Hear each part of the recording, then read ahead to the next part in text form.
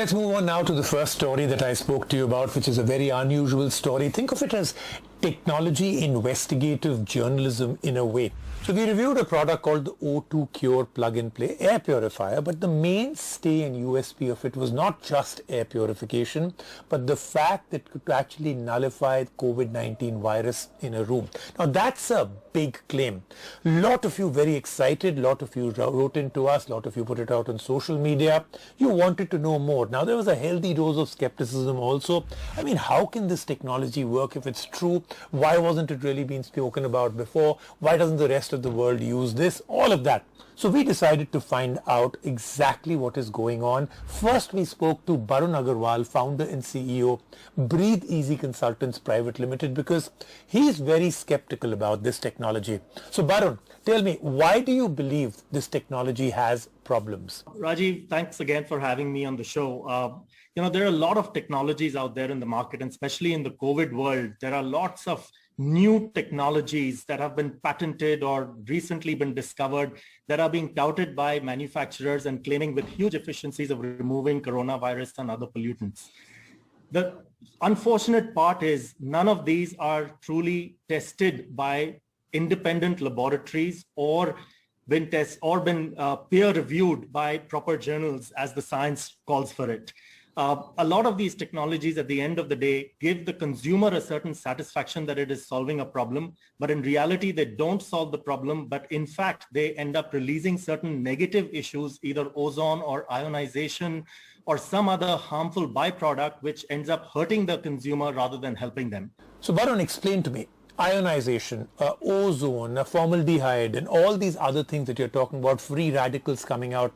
I mean, that's exactly what they're really talking about. Ionization is the mainstay technology for products like this. Ozone is a known problem that you don't want to be breathing in at all. We already have a high problem of ozone in India because our outdoor air has higher levels of ozone than what is the prescribed limit. Now, if you're adding even the tiniest amount to that, then you're making the problem worse rather than improving the situation.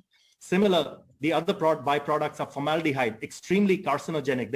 It's cancer producing to be breathing in formaldehyde, and you have to ensure that you have to air out the entire room if you have formaldehyde in that space. And some of these products which have ionization will create formaldehyde or ozone as byproducts, which can be very, very dangerous to the human body. Thank you, Barun. Thank you so much for joining us on the show. So as we continued with our technological investigative journalism, like I said, I like calling this entire thing, we found a few more other columns and articles that also said something very similar to what Barun was saying, that ionization can actually lead to a whole lot of problems. So we decided to speak to Kartik Singhal, founder O2 Cure, the company that actually makes all this. Kartik, thank you so much for joining us on the show. So let's get started first with what's so different about your air purifier from any other? How can you claim it takes care of COVID-19?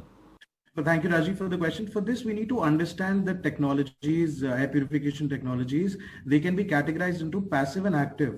Passive means the air needs to be recirculated through a mechanical filter in order to capture the particle. That's what HEPA filter is doing. Now, HEPA filter has various grades. The medical grade with an MPPS of minimum penetrating particle size can capture the particle, but we don't want to capture the virus or the microbe. We want to neutralize it. Mm-hmm. Here is when this particular technology, the PHI, photohydroionization, if you can see, is basically a UV lamp which has which is specially designed, and it is covered with a quad metallic material, which is made up of titanium, rhodium, copper, silver, and many other metals.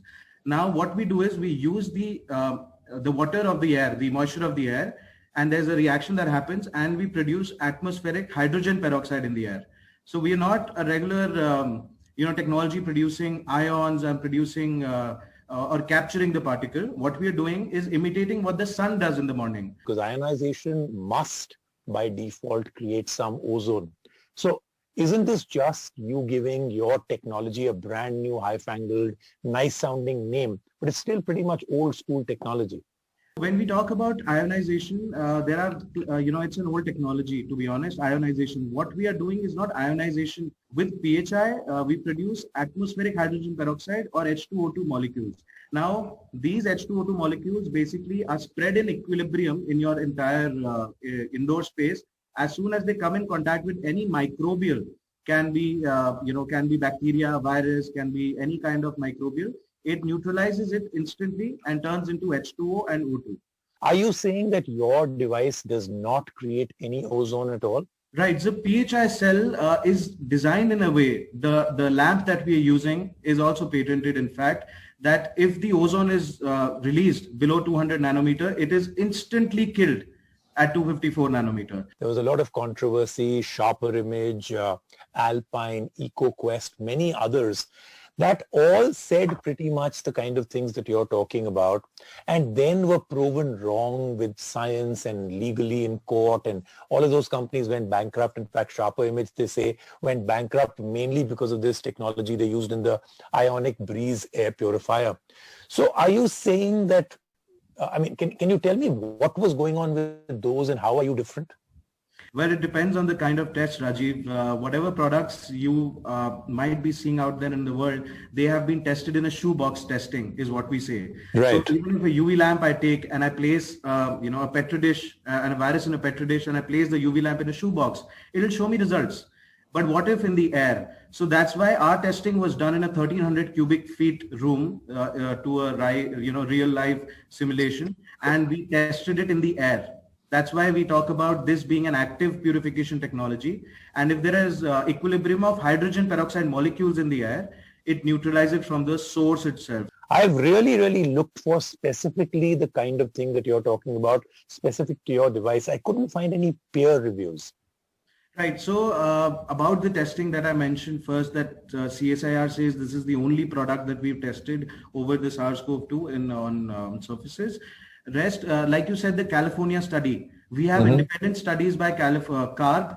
We have independent studies by Kansas State University, SANDIA National Lab. All these are not funded, research and studies that we did. They did it for us, in fact, as a third party, when they took all the other devices and they submitted the study to us. Why is there so much of negativity towards this technology? Is there a reason why there is an almost upheaval of people saying this is dangerous technology?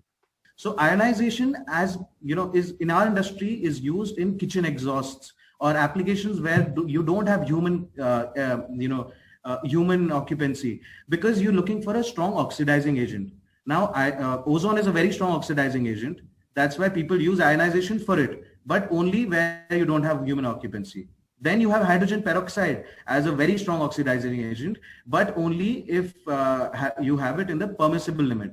So we have all testings, the permissible limit of hydrogen peroxide in the air should not cross 1 ppm over an average of 8 hours when exposed to human body, as per OSHA. So we have all the certifications over that. Also for ozone, we have that.